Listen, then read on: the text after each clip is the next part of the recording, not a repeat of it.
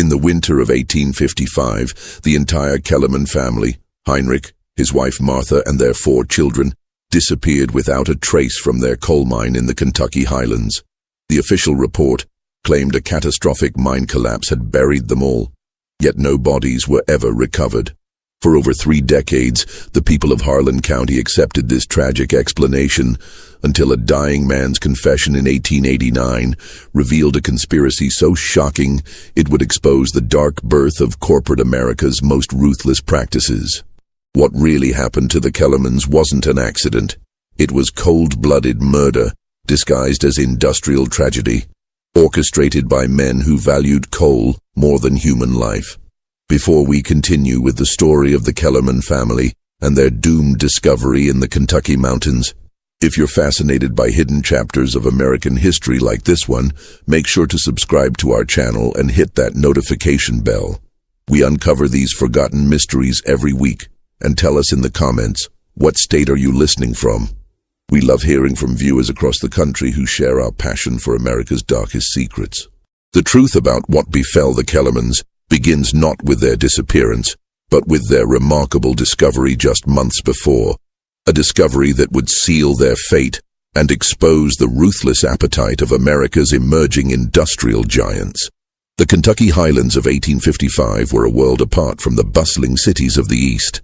Nestled in the Appalachian Mountains, small communities like Pine Ridge existed in relative isolation, where families carved out modest livings from the unforgiving terrain.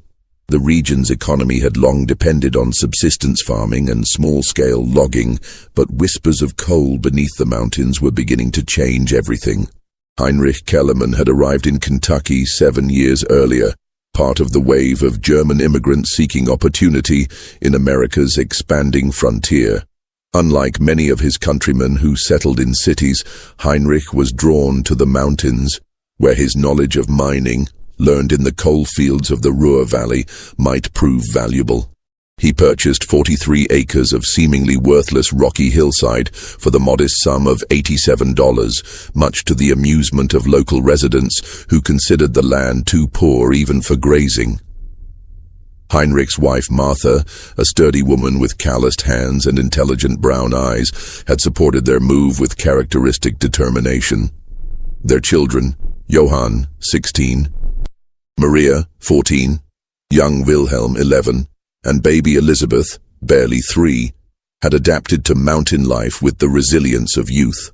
The family spoke German at home, but English in town, straddling 2 worlds as they worked to establish themselves in their adopted country. By the autumn of 1854, Heinrich had begun preliminary excavations on his property, following veins of coal that seemed to run deeper and richer than anything he had encountered in Germany. Word of his early success spread quickly through Pine Ridge, and soon neighbors were speaking in hushed tones about the Kellerman luck. But it was in February of 1855 that Heinrich made a discovery that would change everything and ultimately destroy his family. Working alone in the early morning hours, Heinrich broke through into what appeared to be a natural cavern. What he found there took his breath away. The largest, purest vein of coal he had ever seen, stretching deeper into the mountain than his lamplight could penetrate. Conservative estimates suggested enough high-quality coal to supply Louisville's growing industrial needs for decades. Heinrich Kellerman, the German immigrant who had bought worthless land, had stumbled upon what would later be valued at over $200,000, a fortune that would make him one of the wealthiest men in Kentucky. News of Heinrich's extraordinary discovery reached Louisville within a week, carried by a traveling merchant who had witnessed wagons of unusually fine coal leaving the Kellerman property. In the marble-columned offices of the Cumberland Coal and Rail Company, this intelligence was received with intense interest and growing alarm. Jeremiah Whitlock, the company's managing director, had spent 2 years methodically acquiring mineral rights throughout Harlan County, using a combination of legal maneuvering, political pressure, and, when necessary, intimidation.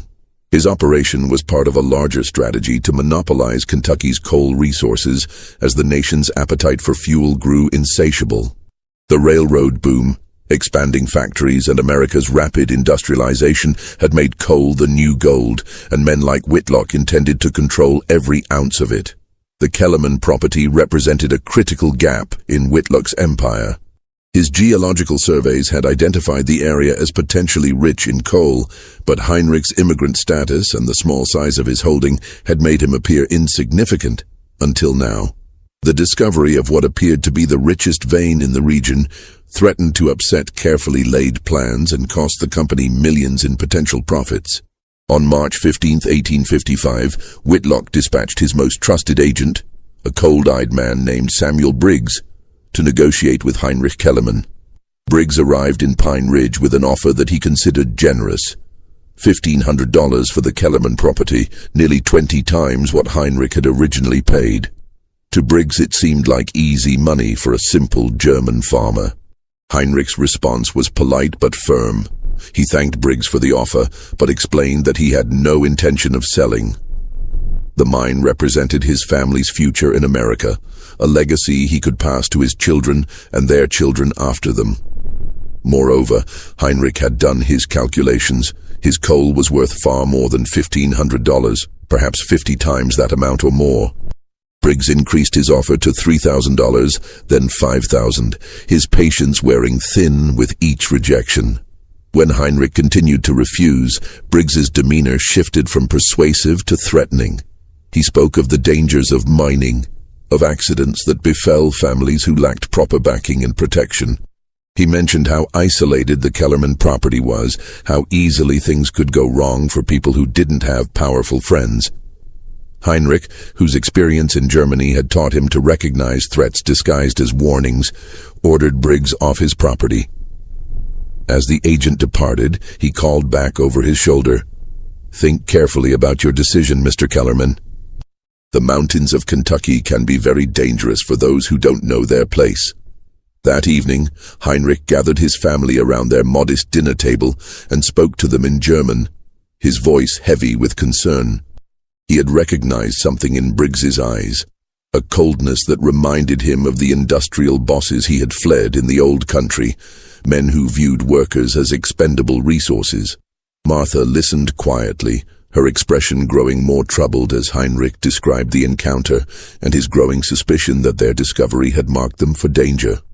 The weeks following Briggs's visit brought an escalating campaign of intimidation against the Kellerman family. Their mail delivery became sporadic, then stopped entirely. Local merchants, previously friendly, became distant and reluctant to extend credit. Most disturbing of all, Heinrich began to notice strangers watching their property from the surrounding hills, men who disappeared whenever he tried to approach them. In Louisville, Jeremiah Whitlock was implementing a strategy he had used successfully against stubborn landowners throughout Kentucky. First came economic pressure. The Cumberland Coal and Rail Company used its influence with banks, suppliers, and local officials to isolate the Kellermans financially. Then came legal harassment. Spurious claims were filed questioning the validity of Heinrich's land purchase, forcing him to spend precious resources on lawyers and court fees. But Heinrich proved more resilient than Whitlock had anticipated. The German immigrant had documented every aspect of his land purchase meticulously, and his legal position was unassailable. More frustratingly for Whitlock, Heinrich had begun negotiating directly with coal dealers from Cincinnati and Nashville, bypassing Louisville entirely and commanding premium prices for his superior product. By November of 1855, the Cumberland Coal and Rail Company was facing a crisis.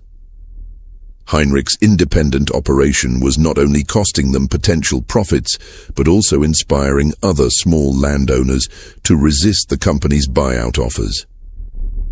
Word was spreading throughout the Kentucky coal regions that a simple immigrant had defied the powerful corporation and won. Whitlock's carefully constructed monopoly was beginning to unravel. The solution, when it came, was suggested by Samuel Briggs during a private meeting in Whitlock's office on a cold December evening.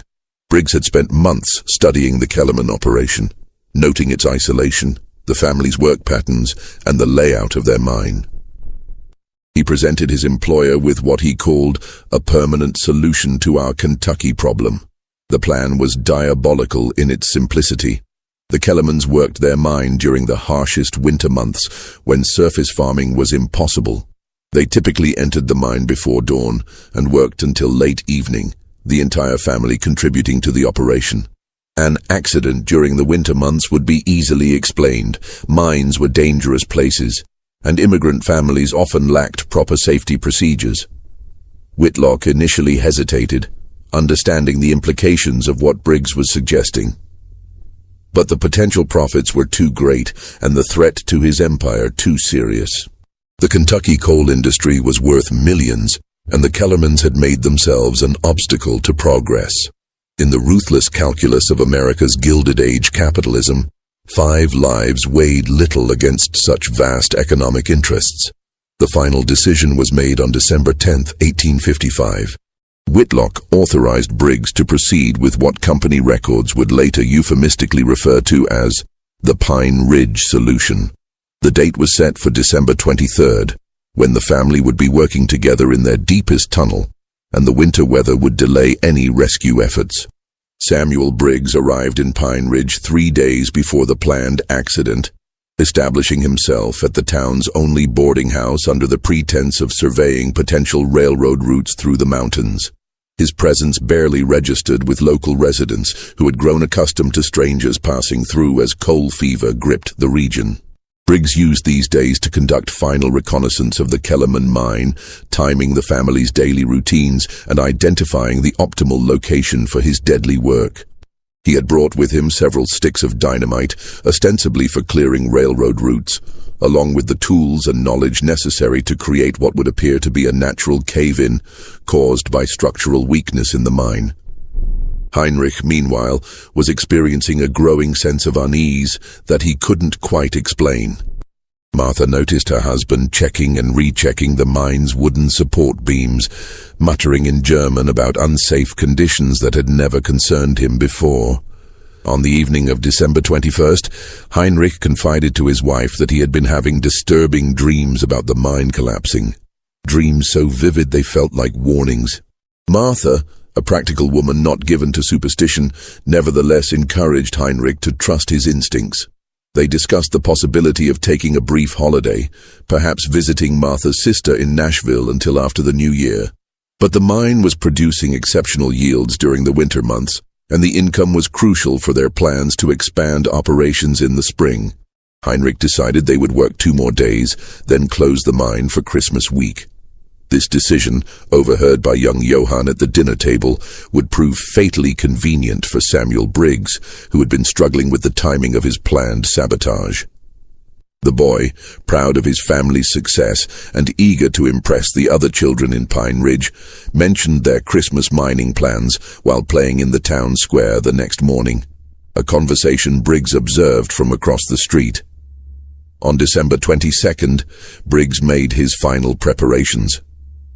Under cover of darkness, he approached the Kellerman mine and carefully placed charges at strategic points along the main tunnel's support structure. The dynamite was positioned to create a cascading collapse that would bury the main working area under tons of rock and debris, making rescue impossible and body recovery unlikely.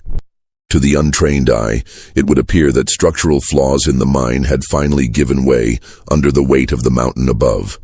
The most chilling aspect of Briggs's plan was its attention to detail. He had studied mining accidents throughout Appalachia and knew exactly how to create a collapse pattern consistent with natural causes. He even prepared a detailed report for local authorities explaining the geological factors that made such accidents inevitable in hastily excavated immigrant-owned mines. As the sun set on December 22, 1855, the Kellerman family gathered for what would be their final dinner together. Heinrich spoke proudly of the exceptional coal they had extracted that week, joking with Martha about the fine Christmas presents they would be able to afford their children. Young Wilhelm chatted excitedly about the new mining cart Heinrich had promised to build him, while Maria helped her mother prepare special Christmas bread from their homeland recipe. None of them could have imagined that less than 12 hours later, they would all be dead, victims of America's first corporate-sponsored mass murder, a crime that would remain hidden for 34 years. December 23, 1855, dawned gray and bitter cold, with a sharp wind cutting through the Kentucky mountains that promised snow before nightfall. The Kellerman family rose before sunrise, as was their custom during the productive winter months. Martha packed their lunch of bread, cheese, and coffee, while Heinrich checked his mining equipment by lamplight. The children dressed quickly in the frigid cabin, their breath visible in the morning air as they prepared for another day of family work in their coal mine. Samuel Briggs watched from a concealed position nearly a quarter-mile away, using field glasses to observe the family's morning routine. He had positioned himself on a ridge that provided clear sight lines to both the mine entrance and the access road, ensuring he could monitor the timing of his trap while maintaining distance from the coming explosion. His pocket watch showed 6:47 a.m. when Heinrich lit the first lantern and led his family into the tunnel that would become their tomb. Inside the mine, the Kellermans worked with the efficiency born of months of practice. Heinrich and Johann focused on the deepest section of the main tunnel, where the coal vein was richest and most accessible. Martha and Maria sorted and loaded the coal into wooden carts, while young Wilhelm helped by carrying smaller pieces and keeping the lanterns properly positioned. Baby Elizabeth played nearby, watched carefully by her older sisters in the relative warmth of the underground chamber. What the family didn't know was that Briggs had calculated his explosive charges to detonate at precisely 10:15 a.m., when the family would be deepest in the mine and furthest from any possible escape route. The timing was crucial. Too early, and the family might not yet be in the fatal position. Too late, and they might have already begun their midday break near the entrance. Briggs had observed their routine for days, and knew that 10:15 found them consistently in the mine's most vulnerable location. At 9:30 a.m., an unexpected complication arose that nearly derailed Briggs's murderous plan. Thomas Hartley, a neighboring farmer, approached the mine entrance to speak with Heinrich about purchasing coal for his own family's winter needs. Briggs watched in growing alarm as Hartley called out and began walking toward the tunnel opening. If Hartley entered the mine or lingered near the entrance, he would either become an unintended victim or a potential witness who could complicate the cover story. From his hiding place, Briggs could hear Hartley calling Heinrich's name, his voice echoing into the tunnel depths. For several agonizing minutes, it appeared the farmer might enter the mine to find the family. Briggs fingered the pistol in his coat, prepared to eliminate this unexpected witness if necessary. But ultimately, Hartley decided against entering the unfamiliar tunnel. After calling out several more times without response, the Kellermans were too deep in the mine to hear him clearly. Hartley left a brief note at the entrance and departed. The note, which would later become crucial evidence, read, "Heinrich, Thomas Hartley stopped by at 9:45 a.m. about winter coal. Will return this afternoon. Th." This simple message would prove that the family was alive and working normally just 30 minutes before the catastrophic collapse, contradicting later claims that structural problems had been developing over time. At exactly 10:15 a.m., Samuel Briggs pressed the plunger on his makeshift detonator, sending electrical current through copper wires he had carefully concealed along the forest floor to his strategically placed charges. The explosion that followed could be heard for miles, a rumbling boom that shook windows in Pine Ridge and sent flocks of birds fleeing from the surrounding mountains. The collapse was as devastating as Briggs had planned. The main tunnel caved in along a 200-foot section, bringing down thousands of tons of rock and sealing the deeper chambers where the Kellerman family had been working. Secondary collapses continued for nearly an hour, ensuring that any possible survivors would be buried beyond hope of rescue. Just when we thought we'd seen it all, the horror in Kentucky's coal country intensifies. If this story is giving you chills, share this video with a friend who loves dark mysteries, hit that like button to support our content, and don't forget to subscribe to never miss stories like this. Let's discover together what happens next in this tale of corporate murder and buried secrets. From his observation point, Briggs watched the dust cloud rise from the destroyed mine with cold satisfaction. Phase 1 of the Cumberland Coal and Rail Company's Pine Ridge solution was complete. Now came the more delicate work of managing the aftermath and ensuring that the truth of what had happened would remain buried as thoroughly as the Kellerman family themselves. The news of the mine collapse reached Pine Ridge within hours, carried by the thunderous sound of the explosion and the towering dust cloud that rose above the Kellerman property. Local residents, led by Thomas Hartley, whose afternoon visit had been forestalled by the tragedy, rushed to the scene to find the mine entrance completely sealed by massive boulders and debris. Samuel Briggs arrived at the disaster site within 30 minutes, having circled around through the forest to approach from the town direction.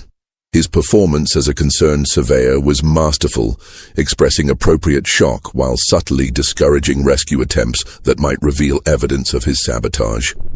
When Hartley mentioned finding his note at the entrance, Briggs was quick to point out that such notes often blew around in the mountain winds, making timing estimates unreliable.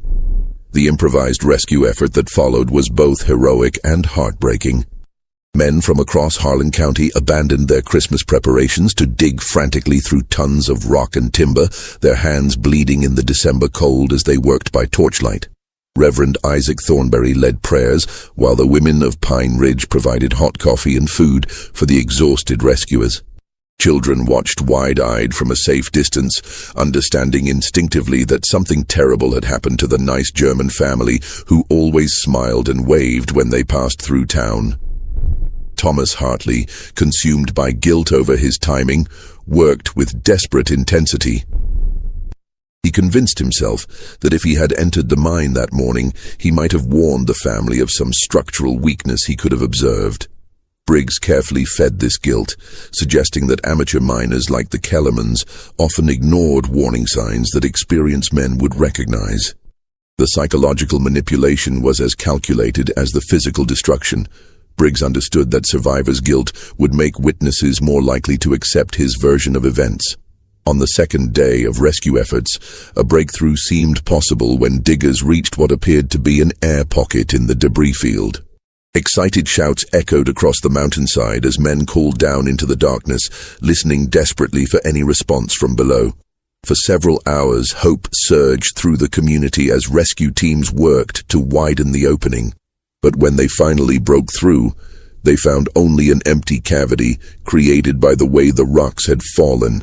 No sign of the Kellerman family, no indication that anyone had survived the initial collapse. Briggs watched these developments with growing anxiety. The air pocket was dangerously close to one of his explosive placement sites, and he feared that continued excavation might reveal fragments of dynamite or the distinctive blast patterns that would expose his sabotage. Working carefully, he convinced the rescue leaders that the cavity's instability made further digging too dangerous. When several men argued for continuing despite the risk, Briggs arranged for a small controlled collapse that sealed the opening while appearing to vindicate his warnings about structural instability. The psychological toll on the rescuers was immense. These were neighbors, men who had shared meals with Heinrich and watched his children grow. Johann Kellerman had helped several of them with their own small mining ventures, sharing his father's technical knowledge freely. Young Maria had taught their daughters German songs, while Wilhelm had become a favorite playmate of the local boys. The thought of these familiar faces buried under tons of rock drove the men to exhaustion and beyond. Dr. Elias Crawford, Pine Ridge's only physician, found himself treating more than physical injuries as the rescue effort continued. Men broke down weeping as they worked, overwhelmed by the magnitude of the tragedy and their inability to help. Women gathered in the church to pray continuously, their voices rising and falling in German hymns that Martha Kellerman had taught them. The entire community seemed to be mourning not just the loss of 5 lives, but the death of innocence, the realization that their mountain sanctuary could harbor such devastating tragedy. On Christmas Eve, exactly 24 hours after the explosion, Reverend Thornberry made the painful decision to call off the rescue effort. The risk to additional lives had become too great, and even the most optimistic assessments suggested that survival was impossible after so much time under such massive debris. The decision sparked angry arguments among the rescuers, with some accusing others of giving up too easily. Briggs skillfully exploited these divisions, positioning himself as the voice of painful but necessary reason. The improvised memorial service held at the sealed mine entrance on Christmas morning was one of the most heartbreaking scenes in Pine Ridge's history. Nearly every resident of the community gathered in the bitter cold, singing hymns in both English and German, while children placed wildflowers on the rocky debris. Heinrich's mining tools, retrieved from outside the tunnel, were arranged as a makeshift shrine. Martha's sewing basket found in their cabin was filled with letters from neighbors expressing their grief and admiration for the family's courage and kindness. Samuel Briggs participated in the memorial with apparent sincerity, even contributing to the collection being taken up for a proper monument. Internally, he felt a mixture of relief and professional satisfaction. The operation had proceeded exactly as planned, with no evidence of sabotage discovered and community sentiment firmly behind the accident theory.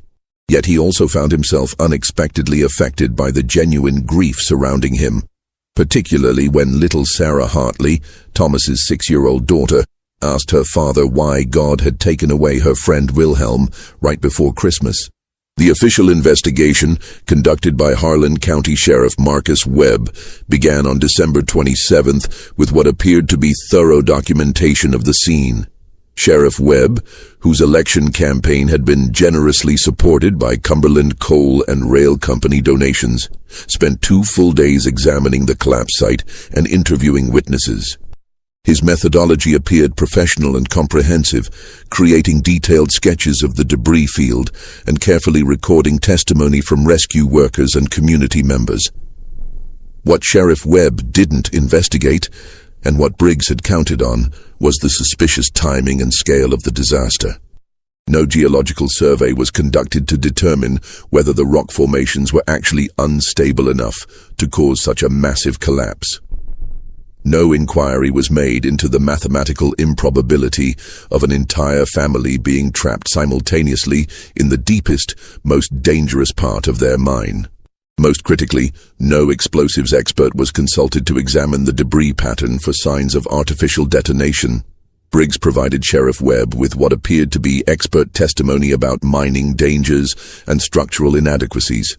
He produced technical drawings and geological surveys, fabricated in Cumberland Coal and Rail Company offices, that purported to show dangerous fault lines running directly through the Kellerman property.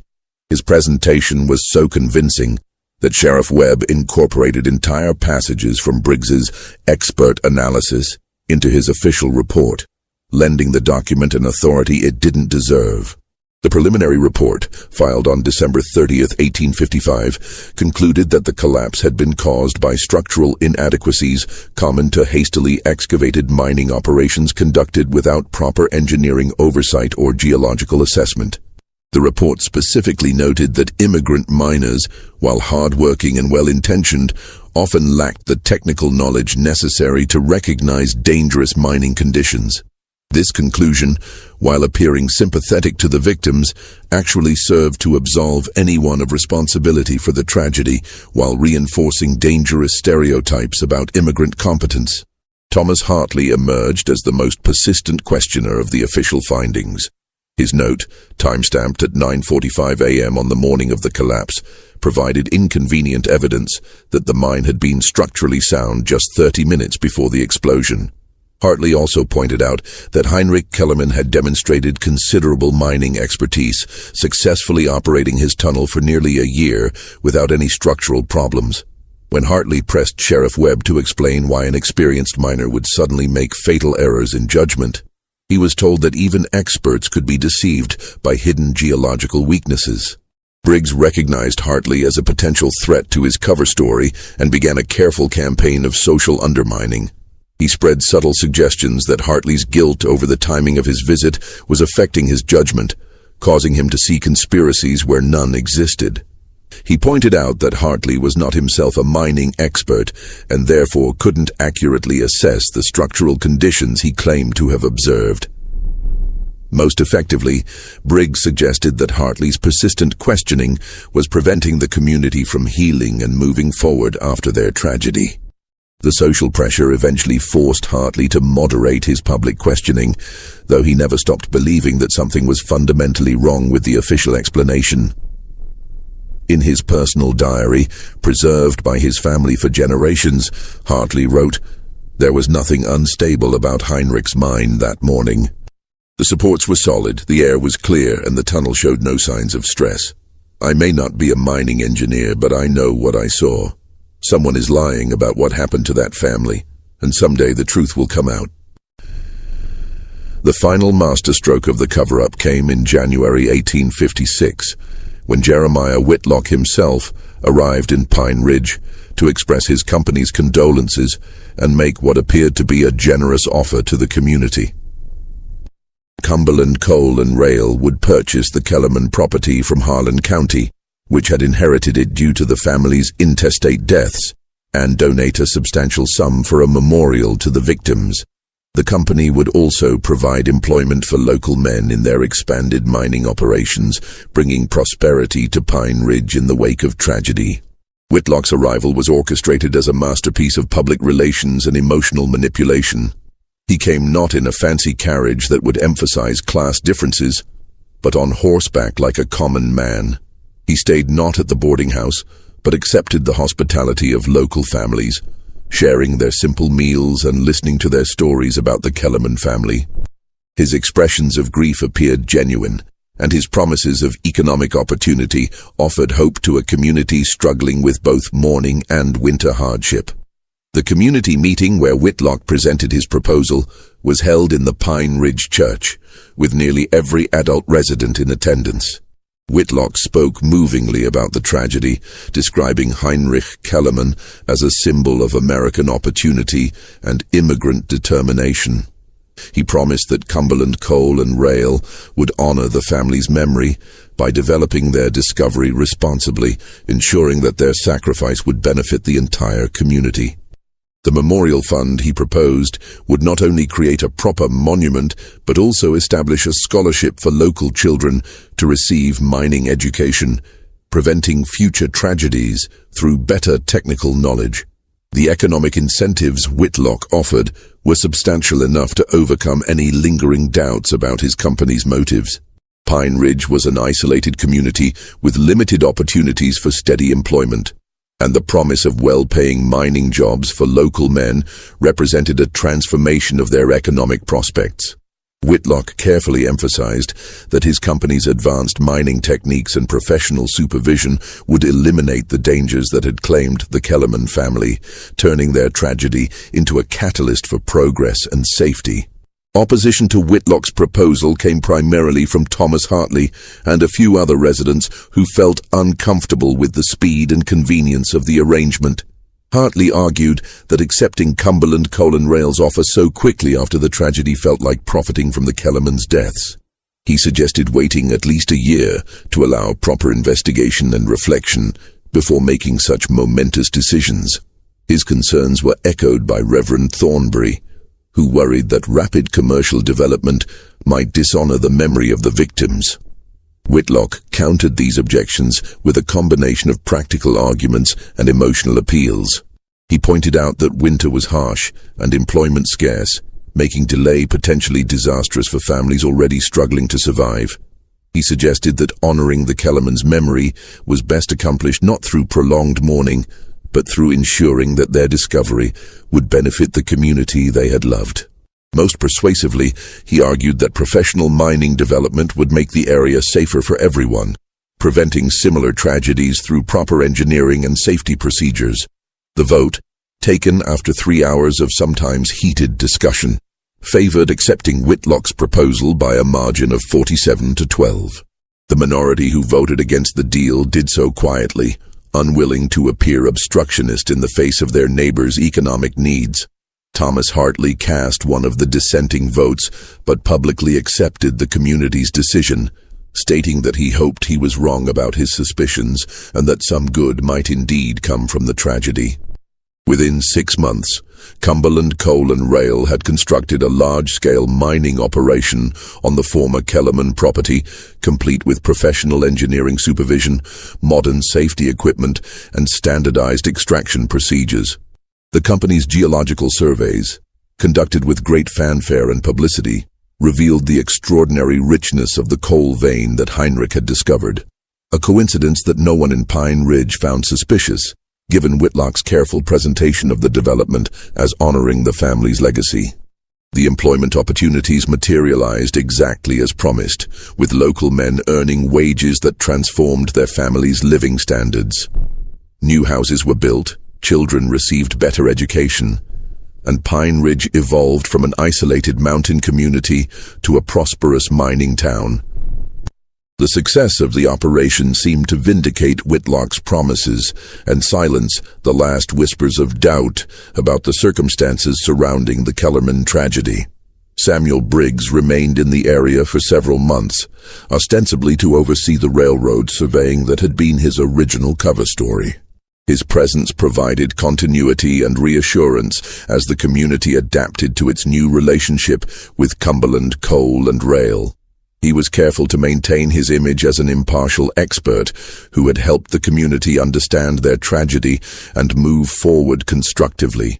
When he finally departed Pine Ridge in the summer of 1856, he was thanked publicly for his assistance during their time of crisis. By 1857, the Kellerman family had been largely forgotten, except as a cautionary tale about the dangers of amateur mining and the importance of professional supervision. Their names appeared on a modest but dignified stone memorial in Pine Ridge's cemetery, listing them as victims of an industrial accident. The memorial, funded jointly by Cumberland Coal and Rail Company and community donations, bore an inscription that would later prove darkly ironic. In memory of the Kellerman family, taken by the mountain they loved. Their sacrifice paved the way for progress and prosperity. The inscription reflected the community's genuine desire to find meaning in tragedy, but it also served Cumberland Coal and Rail's interests by reinforcing the narrative that the family's deaths had been a necessary sacrifice for economic development. The word sacrifice was particularly insidious, suggesting a voluntary offering rather than a calculated murder, while progress and prosperity positioned their deaths as a foundation for community advancement rather than corporate profit. For 33 years, this version of events remained unquestioned and largely unexamined. The Kellerman case became a footnote in Kentucky's mining history, one of dozens of similar tragedies that marked the dangerous early days of coal extraction in Appalachia. Mining safety advocates occasionally cited the case as an example of why professional oversight was essential, but none questioned whether the family's deaths had been preventable through means other than better engineering. Samuel Briggs returned to Louisville and was quietly promoted within the Cumberland Coal and Rail organization, where his success in resolving the Pine Ridge situation earned him a reputation for handling the company's most sensitive problems. Over the following decades, he applied similar techniques to eliminate other obstacles to Cumberland's expansion, though none required measures as extreme as those used against the Kellermans. His methods evolved to rely more heavily on legal manipulation and financial pressure, as the Kellerman operation had demonstrated both the effectiveness and the risks of more direct action. Jeremiah Whitlock became one of Kentucky's most prominent and respected businessmen, using the profits from the Kellerman coal vein to expand Cumberland Coal and Rail into one of the largest mining operations in the southeastern United States. He was celebrated as a visionary industrialist who had brought prosperity to previously isolated mountain communities, and his company's safety record, carefully maintained through professional engineering and worker training programs, became a model for the industry. The irony that Whitlock's reputation for safety and worker welfare was built on the foundation of a mass murder was lost on everyone except a small circle of Cumberland executives who knew the truth about Pine Ridge. These men maintained their silence through a combination of shared guilt, mutual self-interest, and the understanding that revealing the truth would destroy not only their own careers, but the livelihoods of thousands of workers whose families depended on Cumberland's continued success. But secrets, like coal seams, have a way of working their way to the surface over time, and the truth about the Kellerman family's murder carried within it the seeds of its own eventual revelation.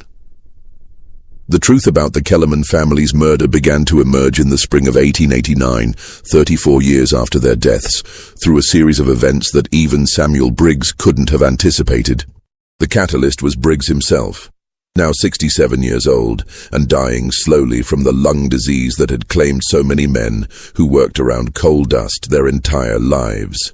As Briggs lay on his deathbed in Louisville's Charity Hospital, he was visited by Father Michael O'Brien, a Catholic priest who ministered to the city's poor and dying. Father O'Brien was an Irish immigrant himself, a man whose own experiences with poverty and discrimination had made him particularly sensitive to the struggles of working families. His reputation for compassion and discretion had made him a trusted confidant for many of Louisville's industrial workers, who often carried burdens of guilt and fear related to their employers' questionable practices. What began as a routine last rites visit became something far more extraordinary when Briggs, delirious with fever and racked by guilt that had festered for 3 decades, began confessing to crimes that O'Brien initially dismissed as the ravings of a dying man. The priest had heard many deathbed confessions over his 20-year ministry, and experience had taught him to distinguish between genuine admissions and the phantoms of guilt-ridden minds approaching death. But as Briggs spoke, his account became too detailed and consistent to ignore. He described the Kellerman property with perfect accuracy, down to the specific types of timber Heinrich had used for tunnel supports and the exact configuration of the mine's ventilation system. He recalled conversations with Jeremiah Whitlock verbatim, including private discussions that had taken place in locked offices with no other witnesses present. Most unsettling of all, Briggs provided specifics about the family's final morning that had never been made public. Their breakfast routine, the children's conversations, Martha's concerns about the weather, details he could only have known through the careful surveillance that had preceded their murder. Father O'Brien found himself listening to a confession unlike any in his experience.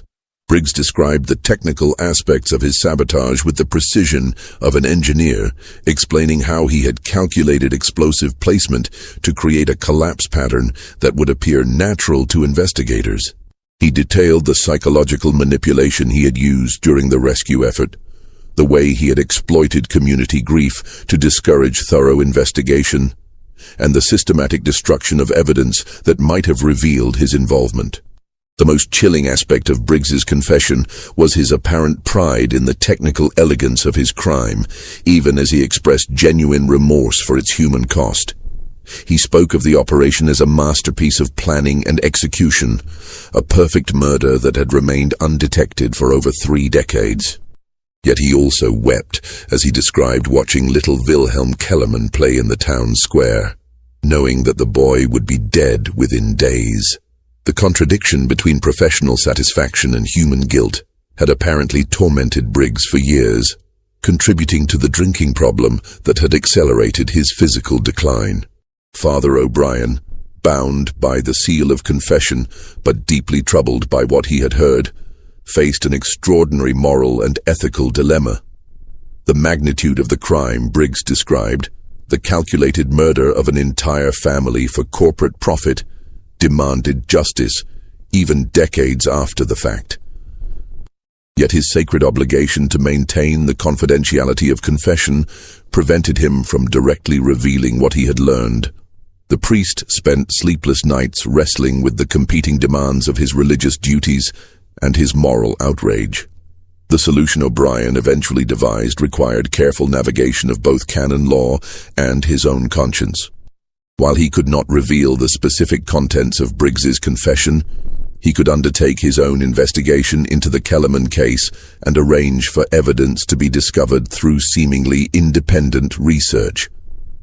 This approach would honor the seal of confession while still pursuing justice for the victims, though it would require months of painstaking detective work. Father O'Brien began his investigation by examining public records related to the Kellerman case, starting with newspaper accounts of the mine collapse and the official investigation report filed by Sheriff Webb. What he discovered immediately raised questions about the thoroughness and objectivity of the original inquiry. The sheriff's report relied heavily on technical testimony provided by Samuel Briggs, yet there was no documentation of Briggs's qualifications or independent verification of his geological assessments. More troubling was the discovery that Sheriff Webb had received substantial financial support from Cumberland Coal and Rail Company during his election campaign, a conflict of interest that should have disqualified him from investigating the case. O'Brien found records showing that Cumberland had been the sheriff's largest single contributor, providing funds that had been crucial to his victory over a more experienced opponent. This financial relationship had never been disclosed during the investigation, despite its obvious relevance to the case's outcome. The priest's investigation led him to seek out surviving witnesses from the 1855 tragedy, a challenging task given the passage of time and the isolation of the mountain community. Many of the original residents had died or moved away, but O'Brien eventually located several elderly individuals who retained clear memories of the events surrounding the mine collapse. Their accounts, when compared with the official record, revealed significant discrepancies that had been overlooked or ignored during the original investigation. Most important was O'Brien's discovery of Thomas Hartley, now 71 years old and living with his daughter in Lexington. Hartley had never stopped questioning the official explanation for the Kellerman tragedy, and he had preserved extensive documentation of his own observations and concerns. His personal papers included the original note he had left at the mine entrance, detailed descriptions of the tunnel's structural condition on the morning of the collapse, and a chronology of suspicious events that had preceded the tragedy. Hartley's documentation provided Father O'Brien with crucial corroboration for elements of Briggs's deathbed confession. The old farmer's notes described strangers watching the Kellerman property in the weeks before the collapse, strangers whose presence had seemed insignificant at the time, but took on sinister meaning in light of Briggs's admissions. Hartley had also documented the economic pressure and legal harassment that the family had faced, pressure that the official investigation had dismissed as irrelevant to the mining accident. Perhaps most significantly, Hartley had preserved the original surveyor's reports that contradicted the official story about geological instability in the Kellerman mine. These reports, commissioned by Heinrich Kellerman himself as part of his property purchase, showed stable rock formations and no indication of the fault lines that Briggs had later claimed were responsible for the collapse. The reports had been filed with the county clerk's office, but had somehow been omitted from Sheriff Webb's investigation, an oversight that now appeared deliberately orchestrated. Armed with this mounting evidence, Father O'Brien faced the challenge of bringing it to public attention without revealing the source of his investigation. His solution was to approach Daniel Morrison, a crusading journalist with the Louisville Courier-Journal who had built a reputation investigating corruption in Kentucky's coal industry. Morrison had recently published a series of articles exposing unsafe working conditions and financial irregularities at several mining companies, making him a natural ally for O'Brien's purposes. O'Brien's approach to Morrison was carefully orchestrated to appear coincidental. The priest arranged to accidentally encounter the journalist at a public meeting about mining safety, where he casually mentioned his interest in historical mining accidents and his discovery of some interesting documents related to the old Kellerman case. When Morrison expressed professional curiosity, O'Brien offered to share his research, presenting it as an academic exercise rather than a criminal investigation. Morrison's journalistic instincts were immediately aroused by the inconsistencies and gaps in the official record that O'Brien had uncovered. The reporter recognized the hallmarks of a cover-up and began his own investigation, using his professional resources and contacts to dig deeper into the Cumberland Coal and Rail Company's involvement in the case. Morrison's investigation soon expanded beyond the Kellerman tragedy to examine the company's broader pattern of acquiring mineral rights through questionable means. The breakthrough in Morrison's investigation came when he located financial records showing unusual payments made by Cumberland Coal and Rail to Samuel Briggs in late 1855. Payments that corresponded exactly with the timeline of the mine collapse. These payments, disguised as consulting fees for geological survey work, were far larger than typical surveying contracts and had no accompanying documentation to justify their size. When Morrison traced Briggs's subsequent career with Cumberland, he found a pattern of similar payments coinciding with the company's acquisition of other disputed properties. Morrison also discovered that Jeremiah Whitlock had personally visited Pine Ridge in the weeks following the Kellerman tragedy, despite company records claiming he had no direct involvement in the property acquisition. Local residents remembered Whitlock's presence clearly, particularly his unusual generosity and his detailed knowledge of the mine's coal reserves, knowledge that would have been impossible to obtain without prior investigation of the property. The final piece of Morrison's puzzle came from an unexpected source. Samuel Briggs's own business records discovered in a trunk left with his landlady after his death. These records, which Briggs had apparently been too ill to destroy, included detailed maps of the Kellerman property, explosives purchase receipts, and most damning of all, a hand-drawn diagram showing optimal placement points for creating a natural-appearing mine collapse. The diagram matched the actual debris pattern at the Kellerman site with chilling precision. Morrison's exposé, published as a 4-part series in the Louisville Courier-Journal beginning September 15, 1889, sent shockwaves through Kentucky's business and political communities. The headline of the first article read, "Murder in the Mines. Company conspiracy behind Kellerman family deaths exposed after 34 years." The series methodically dismantled the official accident narrative, revealing the systematic campaign of intimidation, the fabricated geological evidence, and the financial incentives that had motivated the crime. The public reaction was swift and furious, exceeding even Morrison's expectations for the impact of his investigation.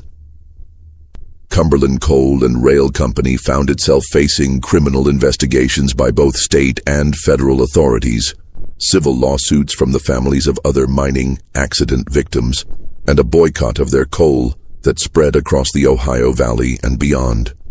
The company's stock price collapsed as investors fled, and several major contracts were canceled by customers who refused to be associated with the scandal. Jeremiah Whitlock, now 73 years old and one of Kentucky's most prominent businessmen, saw his reputation and empire destroyed virtually overnight. The man who had been celebrated as a visionary industrialist and philanthropist was suddenly exposed as the architect of multiple murders and the beneficiary of decades of stolen wealth. His denials of involvement in the Kellerman case lacked credibility, given the overwhelming documentary evidence, and his health began to fail rapidly under the stress of public disgrace and legal scrutiny. The personal toll on Whitlock was evident to all who encountered him during his final weeks. Friends and business associates described a man who had aged years in a matter of days, his previous confidence replaced by paranoid fear and obsessive concern about his legacy. He spent hours with lawyers attempting to craft legal strategies that might minimize his criminal exposure, but the evidence against him was too comprehensive and damaging to overcome through conventional defense tactics. Whitlock's death from a heart attack just 3 weeks after Morrison's first article was published shocked even his harshest critics. While some dismissed it as coincidental, others suggested that the shame and stress of his exposed crimes had literally killed him. His funeral, once planned as a grand celebration of industrial achievement, became instead a sparsely attended affair marked by protesters who gathered outside the church, carrying signs demanding justice for the Kellerman family and other victims of corporate violence. The legal aftermath of the Morrison exposé proved complicated by the passage of time and the death of key participants. Most of the principal conspirators were dead. Crucial evidence had been destroyed or lost, and witnesses had scattered across the country or died of old age. However, the state of Kentucky did file posthumous criminal charges against Samuel Briggs and opened formal investigations into Cumberland Coal and Rail's business practices throughout its corporate history. More importantly, for the cause of justice, the Kellerman case became a rallying point for labor reformers and mining safety advocates throughout Appalachia and beyond. The case was cited extensively during congressional hearings on mining safety regulations, and it provided powerful ammunition for activists arguing that corporate power needed to be constrained by stronger government oversight and criminal penalties for executive misconduct. The exposure of the Kellerman murders also triggered a wave of reinvestigations into other suspicious mining accidents throughout Kentucky and surrounding states. Families who had long harbored doubts about official explanations for industrial tragedies found new courage to challenge corporate narratives and demand accountability. Several additional cases of corporate-sponsored violence were uncovered, though none matched the Kellerman case for sheer audacity and comprehensive documentation. Cumberland Coal and Rail Company itself did not survive the scandal. Facing massive legal liabilities and complete loss of public confidence, the corporation was forced into bankruptcy within 6 months of Morrison's exposé. Its assets were eventually acquired by competitors and broken up, with the Kellerman mine itself being sold to a worker-owned cooperative that operated it until the coal seam was finally exhausted in the early 20th century. The Kellerman property itself underwent a transformation that Heinrich would have found bitterly ironic, yet ultimately satisfying. The rich coal vein that he had discovered continued to produce for decades, but under the cooperative ownership model, the profits were shared among the workers rather than concentrated in corporate hands. The cooperative also established safety standards that far exceeded industry norms, ensuring that no other families would suffer the Kellerman's fate through preventable accidents or deliberate violence. Thomas Hartley lived to see his decades-long quest for justice vindicated by Morrison's investigation. The old farmer, now regarded as a hero for his persistent questioning of official narratives, spent his remaining years speaking to mining communities about the importance of holding corporations accountable for their actions. His personal documentation of the Kellerman case became part of the Kentucky State Archives, preserving for future generations a detailed record of how ordinary citizens could challenge powerful interests through careful observation and unwavering commitment to truth. Father Michael O'Brien continued his ministry among Louisville's working poor, but the Kellerman case marked him profoundly and shaped his subsequent advocacy for social justice causes. He never publicly revealed his role in exposing the murders, maintaining the confidential nature of his investigation until his own death decades later. However, his private papers, discovered after his death, documented his careful navigation of the ethical challenges posed by Briggs's confession and his innovative approach to pursuing justice while honoring religious obligations. The broader impact of the Kellerman case extended far beyond Kentucky's coal fields. The scandal was covered extensively by newspapers throughout the United States and became a symbol of the excesses and moral failures of America's Gilded Age capitalism. Labor leaders and social reformers cited the case as evidence that corporate power posed fundamental threats to democratic values and individual rights, arguments that would gain increasing political support in the progressive era reforms of the early 20th century. In 1955, exactly 100 years after the family's murder, the mine was finally exhausted and abandoned after a century of production that had generated millions of dollars in wealth. Local historians, working with descendants of Pine Ridge families and labor organizations, established a proper memorial at the site, not to industrial accident victims, but to the Kellerman family, murdered for the crime of standing in the way of corporate greed and representing the promise of economic independence that America offered to its immigrants. The memorial, constructed from the same limestone that Heinrich had quarried from his property, bears an inscription that tells the true story of the family's fate. Heinrich, Martha, Johann, Maria, Wilhelm, and Elizabeth Kellerman. German immigrants who came to America seeking opportunity and found instead that even in the land of the free, some lives were considered expendable when measured against corporate profits. Murdered December 23, 1855, for the crime of refusing to surrender their dreams to industrial greed. Today, the overgrown entrance to the old mine serves as a stark reminder of America's industrial past and the human cost of unchecked capitalism. The site has become a destination for historians, labor activists, and tourists interested in the hidden stories of American economic development. Educational programs conducted at the memorial help visitors understand how the Kellerman tragedy reflected broader patterns of corporate violence and worker exploitation that shaped the nation's industrial transformation. The memorial also includes a museum displaying artifacts from the investigation that exposed the murders. Morrison's original articles, Father O'Brien's research notes, Thomas Hartley's documentation, and even some of Samuel Briggs's planning materials recovered after his death. These exhibits help visitors understand not only what happened to the Kellerman family, but how the truth was eventually uncovered through the courage and persistence of individuals who refused to accept official lies. Perhaps most importantly, the Kellerman case continues to serve as a cautionary tale about the dangers of concentrated corporate power and the importance of independent journalism, community activism, and moral courage in holding powerful institutions accountable.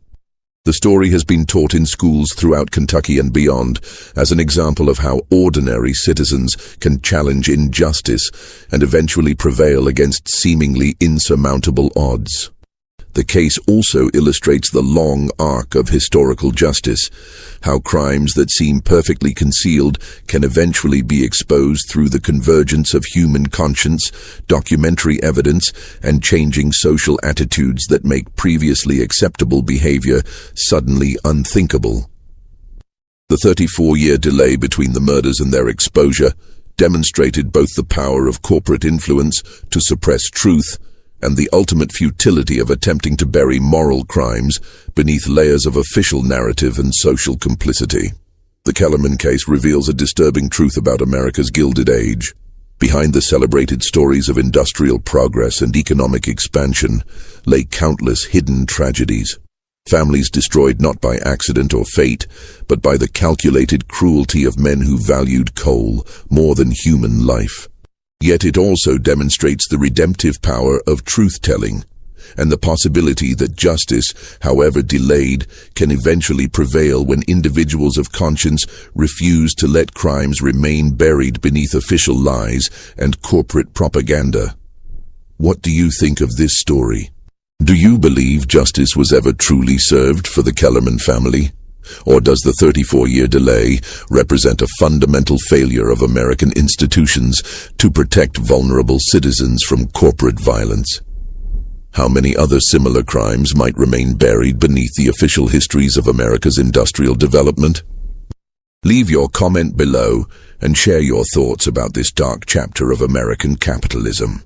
If you enjoyed this exploration of hidden history and want more stories that expose the forgotten crimes behind America's economic progress, subscribe, hit the notification bell, and share with someone who loves historical mysteries that reveal uncomfortable truths about our past. See you in the next video.